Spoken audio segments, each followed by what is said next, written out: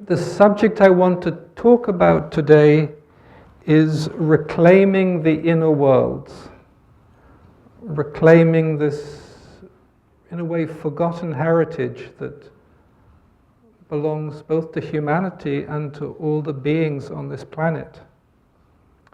Although many different traditions have access to the inner worlds, different inner worlds, the shamanic world, for example, it seems very much the domain of the mystic at this time, this conscious awareness that there are these inner realities that we can experience directly within ourselves. I think in the words of St. Augustine, turn within yourself, in the inner person you find truth.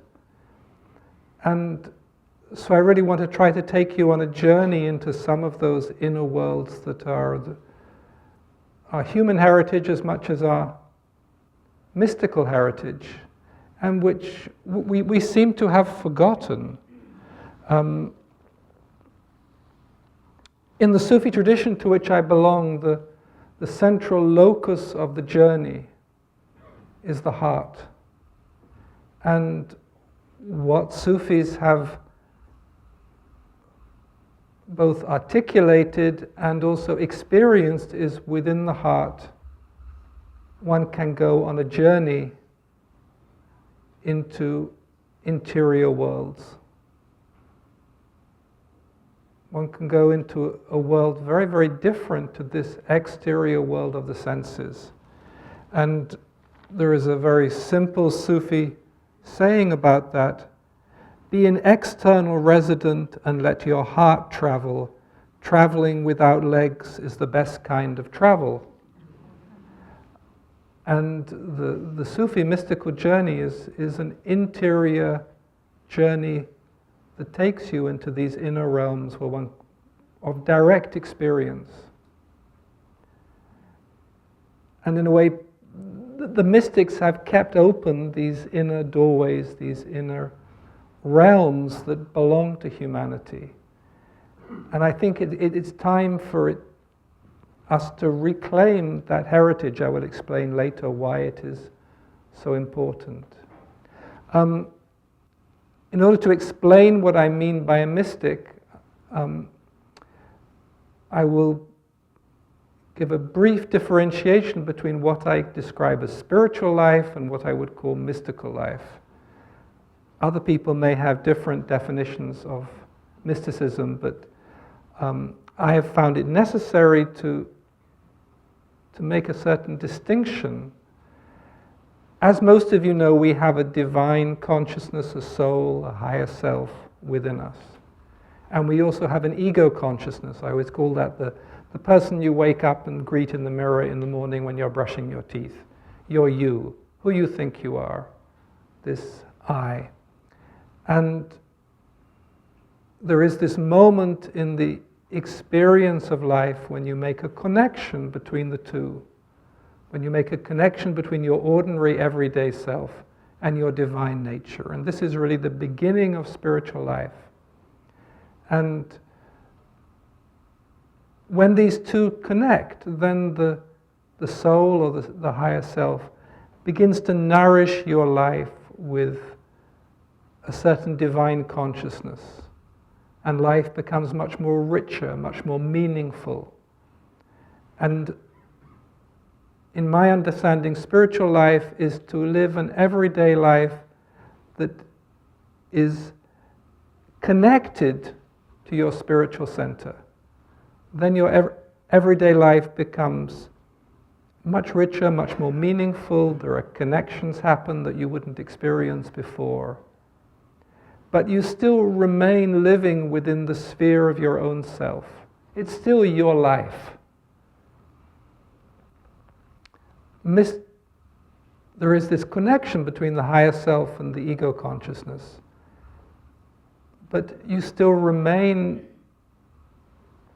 identified with the person you meet in the mirror in the morning. Mystical life symbolically takes place where it's said where the two seas meet, where the inner and the outer worlds come together. And as one goes deeper and deeper into mystical life, there is what is called a process of absorption. Rather than being just nourished by your spiritual center, by your spiritual consciousness, rather than just being guided by that, your ego consciousness, your ordinary self, becomes gradually more and more absorbed into your divine consciousness, leading finally to the state of what is called unio mystica, or mystical oneness. I am he whom I love, he whom I love is me. There is this merging, this melting, in which the differentiation between your ego self and your soul begins to dissolve. It's a very different journey than just remaining within your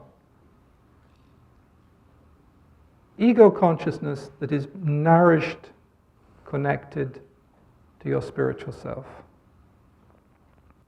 And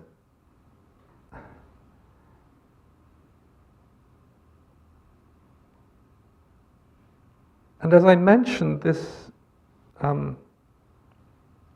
merging, this melting, this dissolving takes you into the inner world of the mystic, takes you into these interior realms that exist within us as much as they permeate the air around us. We experience them within us because they're most directly accessed in states of prayer, in states of meditation. But of course they are present, permeating all of the visible world. This room, for example, is completely permeated with invisible presences. And in fact, what happens is when there is a gathering like this that has a real intention and a certain spiritual energy is present, that will attract many inhabitants from the inner worlds, angelic beings and other inhabitants of the inner world who want to be nourished, who want to meet and be nourished by that divine spirituality that exists within human beings, particularly when human beings come together. So in a way, in a gathering like this, it is a meeting of many, many worlds. And sadly, one of the great unspoken tragedies of our contemporary culture is this dismissal of the inner worlds, is this censorship of the inner worlds. That I think it is such an effective censorship, such a drastic censorship, such an unprecedented censorship, that we don't even question it. It is like somebody took away part of our birthright and took it away to such a degree we didn't even realize it belonged to us. And I think it is important, in order to understand this, to realize how censored our consciousness is, quite deliberately censored. And to realize we are probably the only civilization in, as far as I can see, going back in human history, from which so much has been denied, so much has been censored. And so much has been censored so effectively that we don't even question it. We are brought up in this culture to believe that the visible, tangible world is all there is. And this is quite remarkable, because we're the only culture that believes that. If you go back, for example, in European history, just to the Middle Ages, everybody there understood they were part of what was called the Great Chain of Being, a connection of many different levels of reality, starting with the divine, going through all the angelic kingdoms, and the human being was in the center of this great chain of being. They didn't see themselves as just belonging to a physical, tangible world. It didn't even occur to them.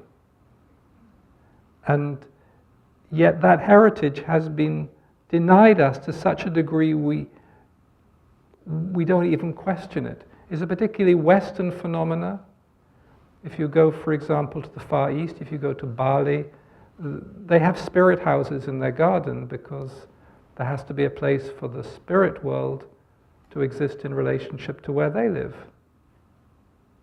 If it is just part of their culture. And for us it is just strange stories and strange myths. And so we have been blinkered, incredibly blinkered. I was very intrigued listening on the radio a while ago to hear a scientist saying that what we see with our eyes in the galaxies is actually 3% of what is there. That dark matter and dark energy make up the other 97% or maybe 96%. And yet we're told that's what there is. And we've been told it so effectively and so efficiently for the last centuries that we don't even question it. And again, this whole heritage has been denied us, with, I think, disastrous results of so much has been taken away from us so effectively. And it means our access to the inner worlds, to the spiritual worlds, have also been denied us. We've lost those tools, and part of the,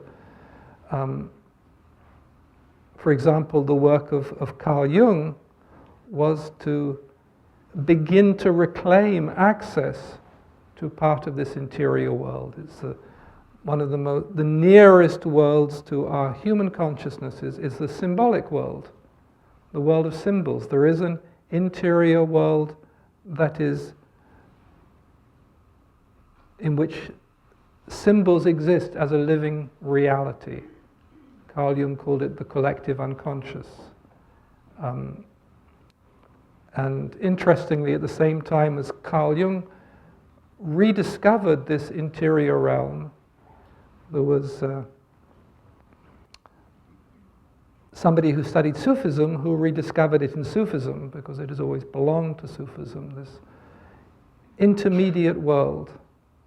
Henry Corbin discovered it in the work of the great Sufi Ibn al-Arabi, who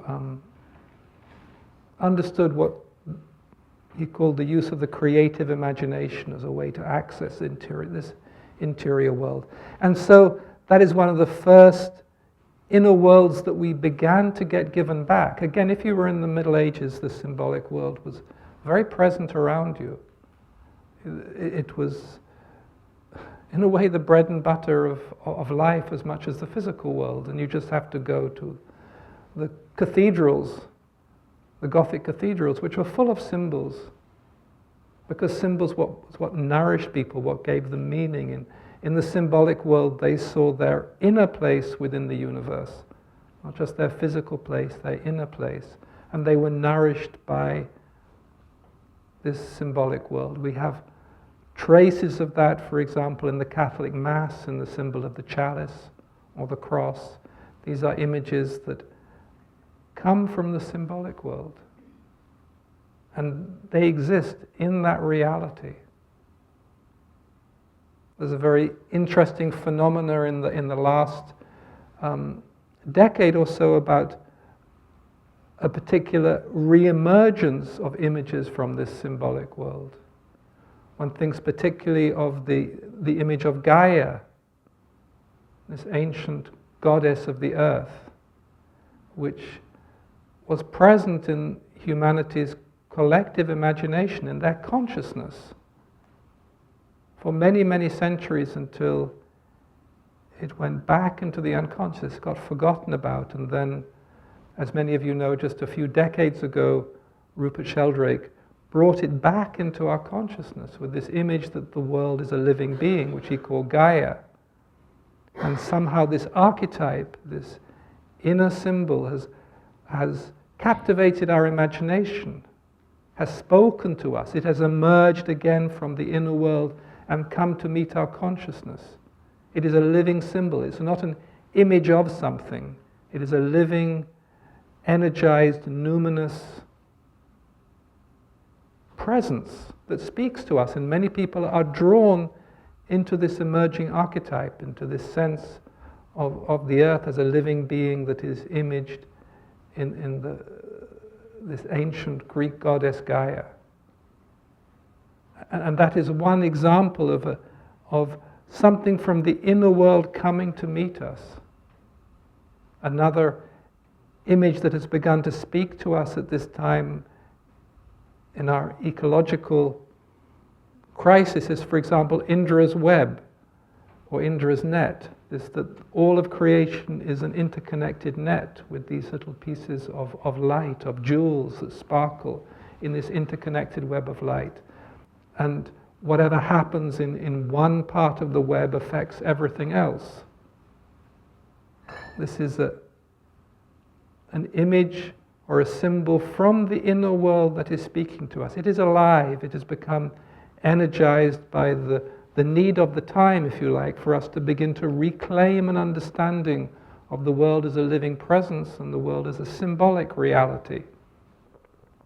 Traditionally, the symbolic world mediates between our ordinary consciousness and the world of the soul. It belongs to this intermediate world. Through the symbolic world, we can have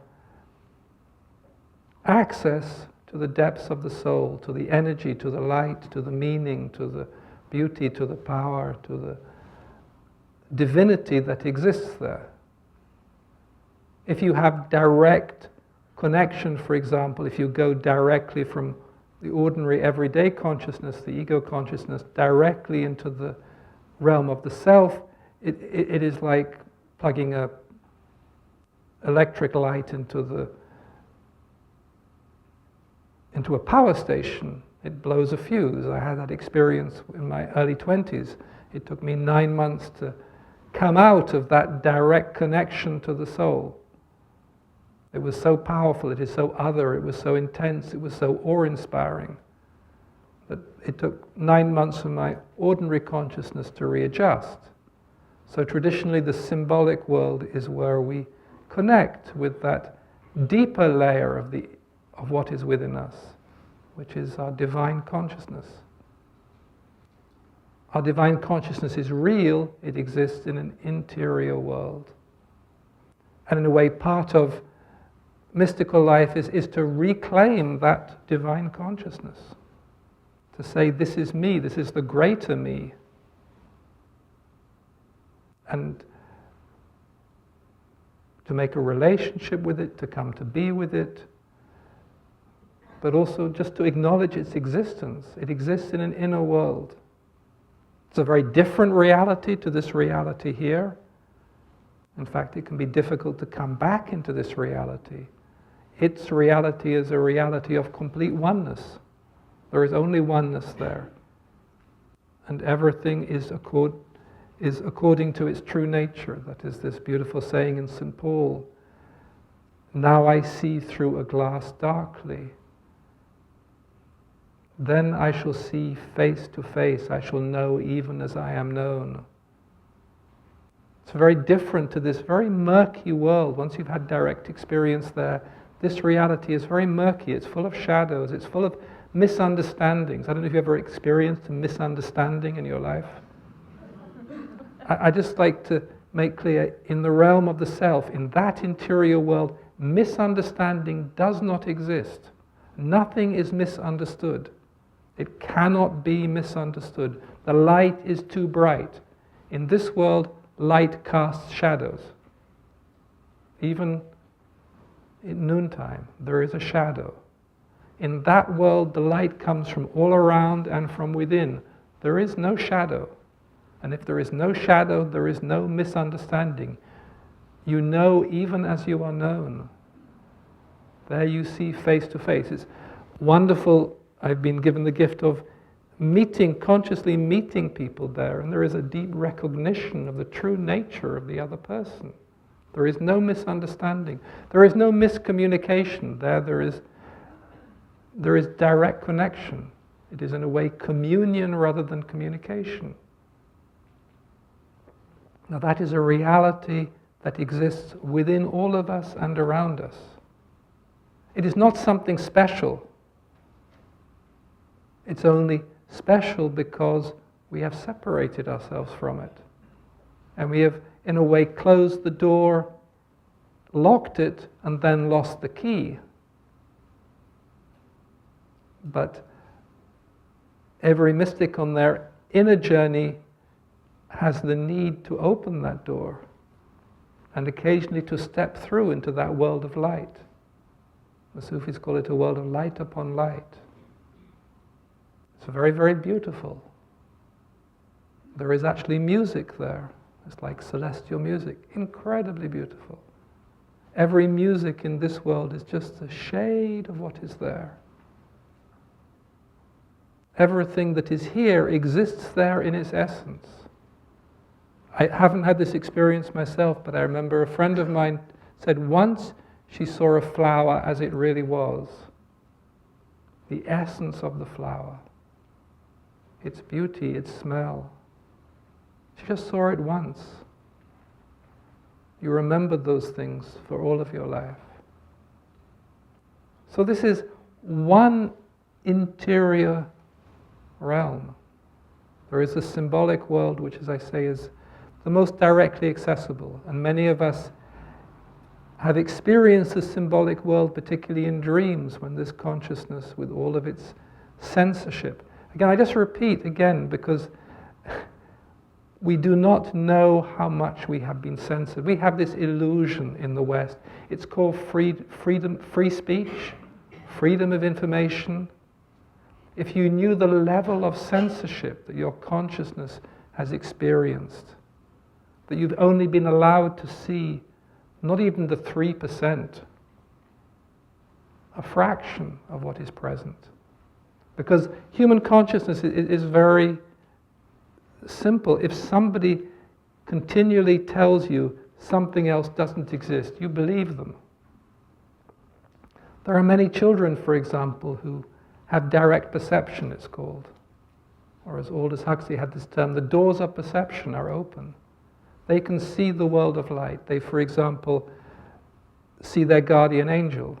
You know, every human being in this world has a spiritual being that looks after them from the inner world. It's called the guardian angel. It can be a relative who has passed on, who you have a closeness with, a grandmother or a great aunt, or it can just be a spiritual being. We all have them, the guardian angel, and often children see it. But then they're aware that their parents don't see it. They don't say anything. They're just aware, because children are more open. They haven't been censored yet. They haven't yet been to school. And they're aware the parents don't see it, so they block it off. So they can fit in, so they can be like everybody else. So then that gets censored from their consciousness, and their consciousness gets narrower and narrower. As the poet Wordsworth says, the prison walls close around the growing boy, and he perceives the light, and whence it goes, it's gone. So, as I try to open your consciousness a little bit to this, to reclaim the inner worlds, you need also to be aware of how much has been collectively censored, particularly in the West.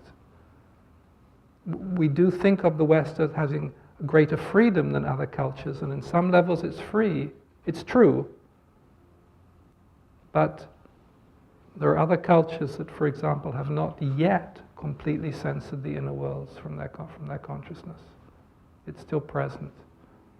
It used to be very present, for example, in Tibet. They had a much more direct awareness of the devas, for example. There is an interior world that belongs to the devas, the nature forces behind nature, nature spirits.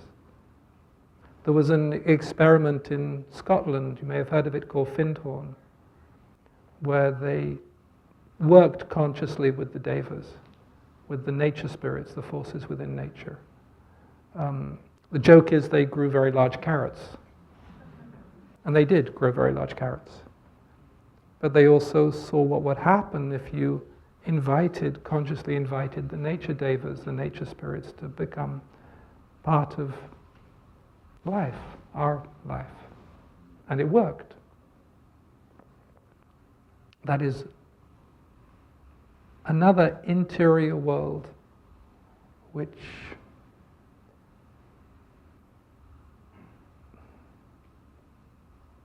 some people actually feel it.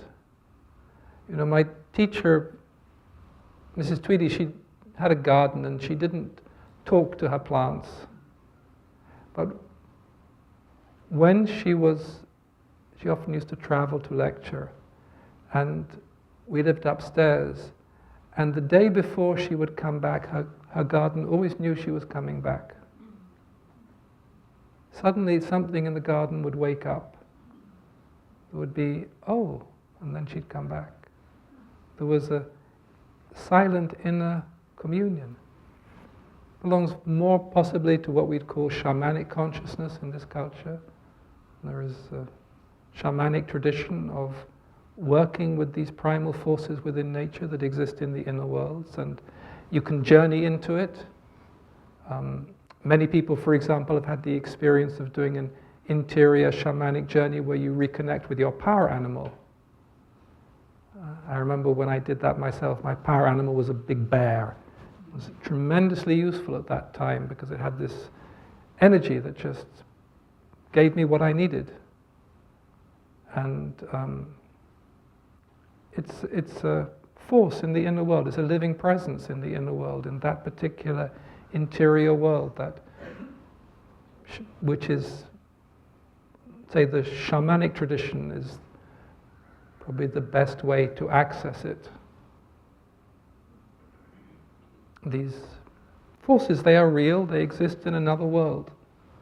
And traditionally the shaman was the person who had the keys to that world. And no tribe would consider where to hunt or where to plant without understanding the relationship between the worlds, the inner and the outer worlds. This is something we have forgotten. We have no understanding of the relationship between the worlds in that sense. It is a tremendous poverty. I don't actually see how you can really live if you don't have this relationship between the worlds. Otherwise, you are just always on the surface. There's nothing to ground you in life. These forces in the shamanic world, they are the primal energies in life. They are not always friendly, but they deserve respect. So the Tibetan tradition had a very deep understanding of this Devic consciousness, the forces that are in mountains, the spirits that are in rivers.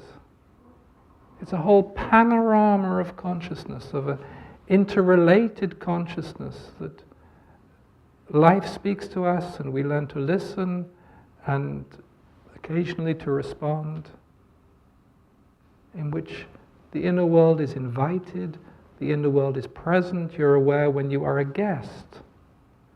You're aware, some people who are sensitive, there are some, for example, some trees that are friendly to people. There are other trees that are not friendly to people. You can feel it if you are open to their energy. Not everything in nature is welcoming. This is this is an interrelationship. It's very different to this Western attitude that relates to nature by imposition, that relates to nature by force. It doesn't actually relate to nature, it just imposes. And imposes and imposes. A very masculine model. In a way, it's just rape and pillage in a different way. There's no interrelationship, and of course what it means is we are not nourished by that invisible substance in life, by that invisible substance in nature. We're not nourished by our power animal. We don't feel its energy, we don't feel its living presence. We become more and more alienated from the world in which we live because we close the doors. It gives us the illusion of power. It gives us the illusion of control until, as for example recently was experienced on the East Coast through Hurricane Sandy, something goes wrong and nature doesn't behave and it can't be controlled. And in a way, in a different time, when that happened, that would be an opportunity to reconnect with that primal inner world that belongs to nature, that belongs to the natural world, and be nourished by it. We are in a way guests in its world. We have forgotten that. We have forgotten so much. We come here for a short time. We have been here for a short time. And we are guests in this natural world that is, in which the inner and the outer flow together in a way that is very alien from our consciousness.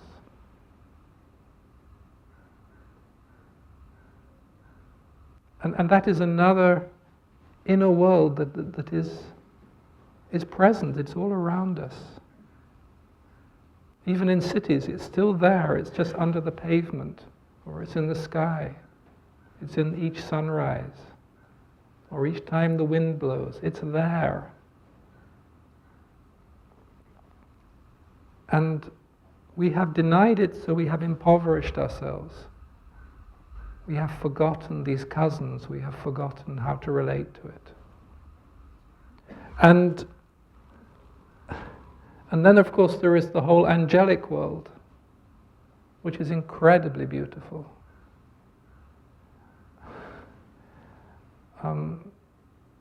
Most people rarely get the opportunity to see the angelic world directly. They don't have wings. That's just a personification. They have energy shapes. Some are incredibly beautiful, incredibly powerful. In a way, the angelic world is the closest to human consciousness in some ways, particularly to spiritual consciousness. The angels exist in a world of light. Traditionally, in Sufism, just like there are men and women in this world, in the angelic world, there are angels of power and angels of beauty. They're different. But they are closest to our spiritual consciousness because our spiritual consciousness exists in a world of light. We don't realize that. The moment you wake up to your spiritual consciousness, which is, as you know, different to the consciousness that goes to the supermarket, it's most directly accessed in meditation or through prayer. Eventually it becomes a living presence within you. It exists, functions just about there, above your head most of the time, when it's awake. It is a consciousness of light. In the Quran, it is described in the light surah, what is called the light surah. A light, an oil from the tree that is neither of the east nor of the west. And this is closest to the angelic world, because angels exist in a world of light. The difference in the angelic world, the world they exist in is what the Sufis call the world of divine command. It is a world where everything follows the will of God directly. As I said, in this world there is misunderstandings. In that world, everything just bows down before God. This is also expressed in the Lord's Prayer, may thy will be done on earth as it is in heaven. This inner world of light, the world of divine command, is the world of heaven. And everything there just bows down before God. It's a very simple way to behave. And the angelic world is actually there to help us.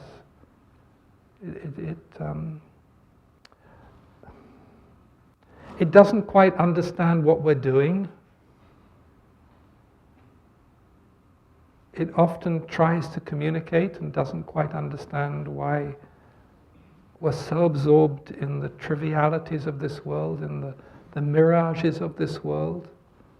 It's like it's saying, look, there's a beautiful sunrise over there, can't you see? And we're too busy with our, cell phones or whatever to notice. If you are really serious about spiritual life, about spiritual evolution, the angelic world comes to help you.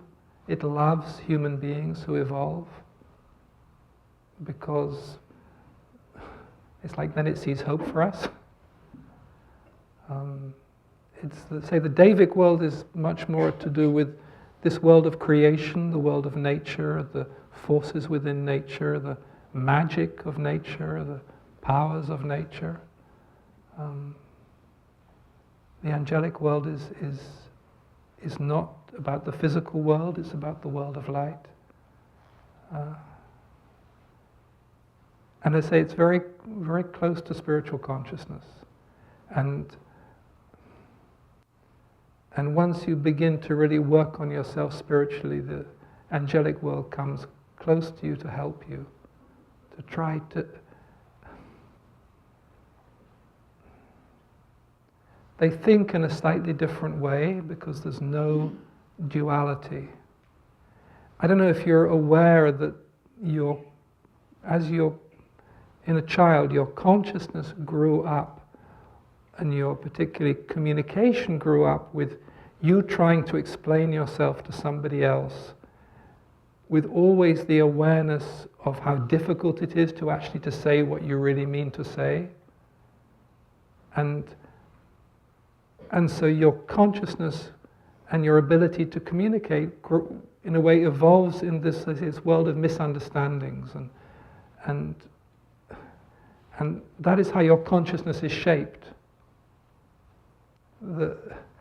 The beauty of the angelic world, as I say, it is like the world of the soul. There is no misunderstanding.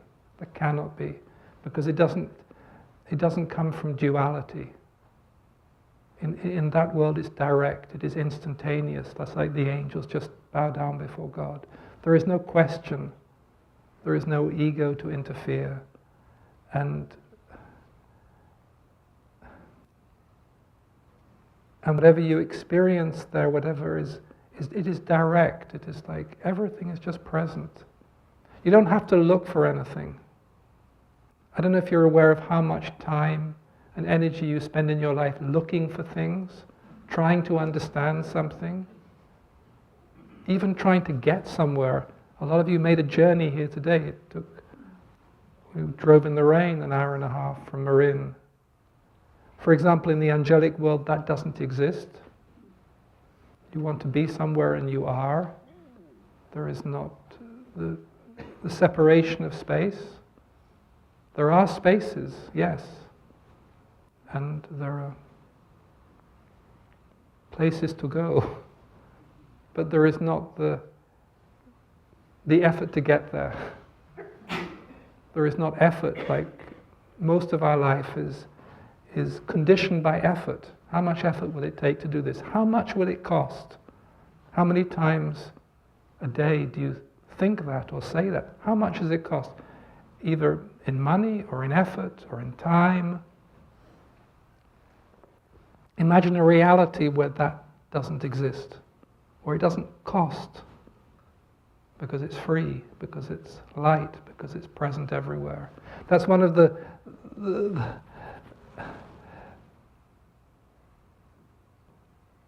beauties for me of when humanity was given this gift of the internet.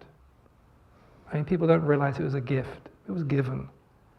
Because the internet, the way it works, is you can be anywhere and it doesn't cost. It's something very simple. There are all these connections and you can be anywhere in the world and it doesn't cost. Once you get on the internet, it doesn't cost. And that's how it is somewhere. And to me, I always say when I first saw the internet, it was like in '93, and I remember because my kids were on AOL and there were these strange things called chat rooms. And suddenly for a moment it's like a window opened inside of me and I saw what it meant and I saw what had been given to humanity and how that was a mirror on this plane of what exists in the inner world, where everything is there at any moment. All the knowledge is there. Everything is present. You don't have to look for anything. It's all there, it's all present. And we have been enslaved in this world of effort. And it's like, for example, early Christianity quite consciously took the magic out of life because it was pagan. It started with Constantine I, who began to ban, who introduced Christianity to the Roman Empire and then began to ban paganism. And it became, the next 200 years, it became a very systematic destruction of all of the pagan temples. And for example, in Rome, the Temple of the Vestal Virgin, whose flame had to be kept always burning. And all the sacred groves were cut down. This is what we remember in our histories on the physical plane, because those temples were destroyed. Their stones were used to build other buildings. What we don't remember, because again it's been censored, is it took the magic out of life. A certain magic that was always present, that belongs very much to the Davidic world, very much to this magical world of nature that paganism was about. I'm not saying it was perfect, but it included that magical dimension of nature. And so the magic got taken out of life. It got censored. And life became more and more about effort. And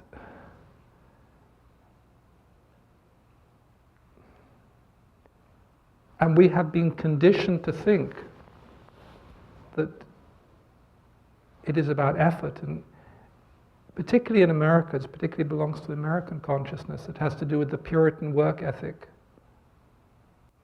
in which even grace got removed. Even grace from the inner world got removed. I don't see how anybody can live without grace. Because grace is what makes things alive. Grace is what gives hope. Grace is what brings beauty. Grace is what makes somebody's eyes light up. Grace is what allows you to see a sunrise, to hear the birds sing, to hear that music. But we have been conditioned to think that life is about effort, and in a way the carrot with effort is if you work hard enough you will get what you want. Which is not actually how life is designed. We have again imposed an image on life that satisfies certain power structures. Actually said life is different to what it really is. Because life is not meant to be about effort. We're actually here to have a very beautiful, numinous experience of the divine in matter. That's why we're here. Yes, there is hard work, but it is not all about effort. And yet, everything else has been censored from us. I mean, seriously think of what people call the American dream. Just think of it for a moment. If you work really, really, really hard, you can get all the stuff you want. And that's a dream? I guess I kind of started at a disadvantage because I grew up in a really big house. I mean, by American standards, a very big house. I won't tell you how many bedrooms there were, and corridors, and it was cold because that's the English tradition of very big houses, but there were a lot of rooms. And, I hated it. And I came to realize, fairly early on, look, you could only sleep in one bed. You can only eat breakfast in one room. So what do you need all this for? And life is not about that. We're here for a short time to have experience of this multi-dimensional organism, being that we call the earth. It's incredibly beautiful. It's incredibly beautifully made. It's very magically made. As I say, the angelic world, because I've been talking about angels, they're now listening here. They like it when you talk about them seriously.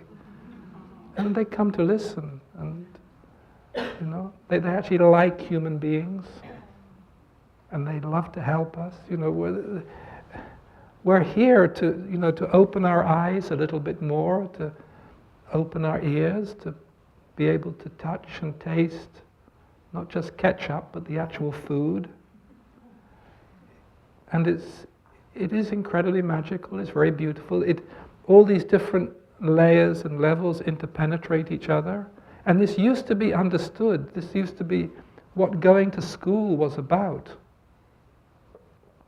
A couple of thousand years ago, if you went to school, it was to be initiated into the mystery of life, which also included death, because it all went together. These were the mystery schools. That's why you went to school. You didn't go to school to get a job. You went to school to learn how to live, or to learn how to be alive, or to learn how to be present in all of these interpenetrating worlds. And you would go to different teachers who would teach you about different worlds. To teach you.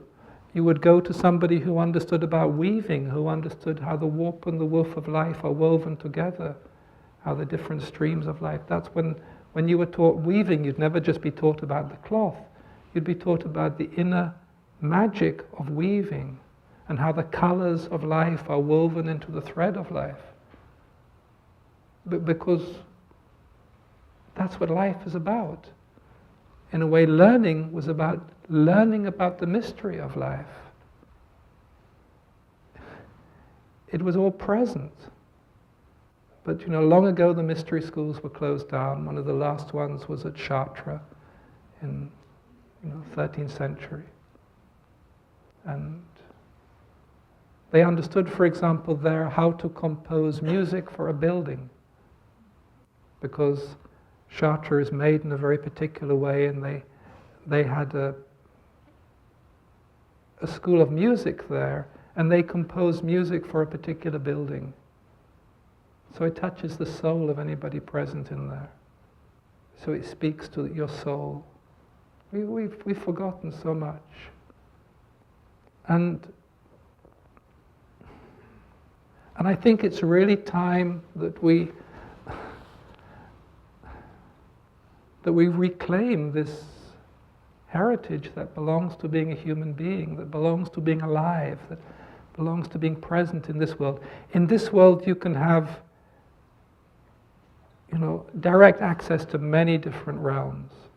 For example, because you have a physical body, you can have access to the magical Devic world of nature, which, for example, angels can't, because they just exist in a world of light.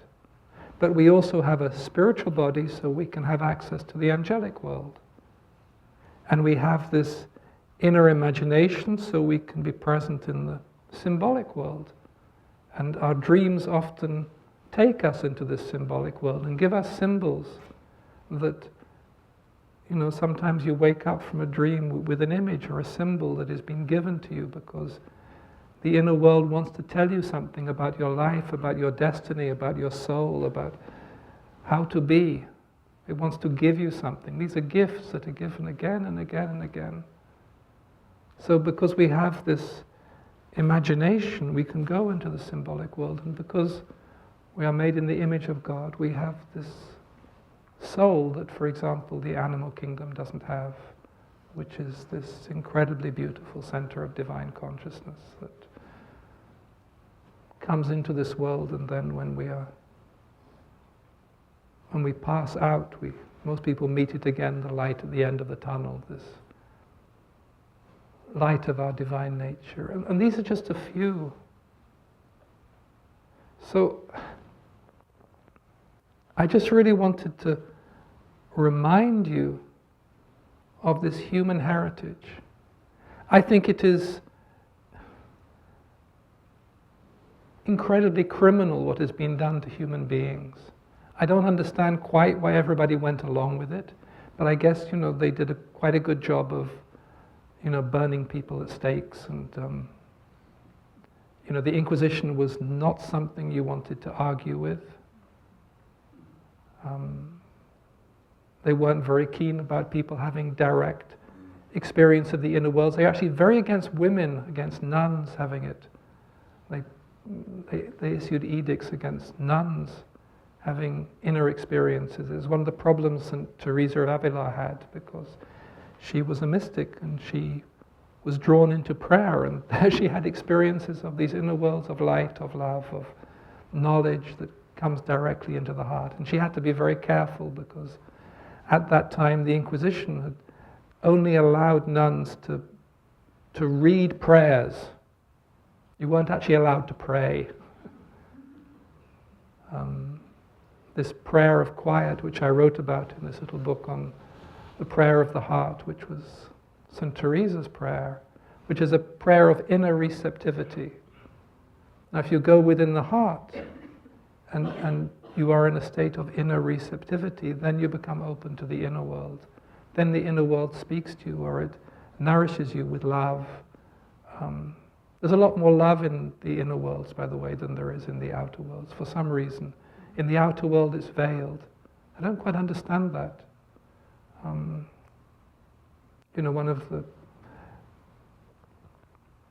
remember a year ago when I had this experience of being interviewed by Oprah, and she said, everybody just wants to be happy. And I said, no, my sense is everybody just wants to be loved. And I think there is this incredible calling for love, and this incredible denial of the fact that everything is love, which of course it is. If you see how it is made in the inner world, everything is made of love. Love is really the prima materia of creation. The love comes into the world, and in the world it gets on form, and then it veils itself. It is a strange process. It veils itself from being able to be perceived what it is. And so, we look for love everywhere, not realizing that it is everywhere. We're always looking for love, and particularly in human relationships. But if you just kind of, draw the curtain back a little and peek behind the image of creation, you'll see that it's all love. It's all love. And that's why I love this line from the Song of Songs. And he brought me to his banqueting house, and his banner over me was love. This is life. Life is a banqueting house, and the banner is love. Sadly, most people, I always say they get to exist, but they don't get to live. And recently somebody asked me to write something about death. And I would say when you get to the pearly gates, or maybe just before the pearly gates, you should be able to say, I have lived and I have loved. Those are the two most important ingredients about being here, to live and to love, and they go together. But, that is again you just look from the inner worlds. That's why the angels get confused by us sometimes, but it's all there. What are you doing running around? Looking for all of this when it's all there. You don't have to go anywhere. Be an external resident and let your heart travel. Traveling without legs is the best kind of travel. If you knew where you could go just by, being within your own heart. Like Lao Tzu said, the further you go, the less you know. Close all the doors, shut all the windows. That's the mystical journey. The mystical journey is to go into the inner worlds that are very accessible, and they get really bored by what we do, because they want to help us, but they're very respectful, because this is our human experience, and they've been told, hey, don't interfere unless it's really, really bad. So, they have certain protocols. They respect our dysfunctionalism. even if they don't understand it. But it's all here. We have been censored from it until, there are just a few kind of designated mystics who say, hey, there's a door over there and there's a whole world and it's here and it's alive and it's incredibly beautiful and it belongs to us. Human beings can function on many different levels of reality. Say the angels can only function in the angelic world. We can function on many, many different levels of reality and become, true human beings. It is a real mystery, and it's here. It's nothing special. I think it is difficult to embrace it, to be with it all at times, yes, but what is most strange is that we have been denied it, that we have been censored so effectively, that we've been told this is all there is when there's a banqueting house of love. And it should be what we are just naturally born into, because it is what we really are.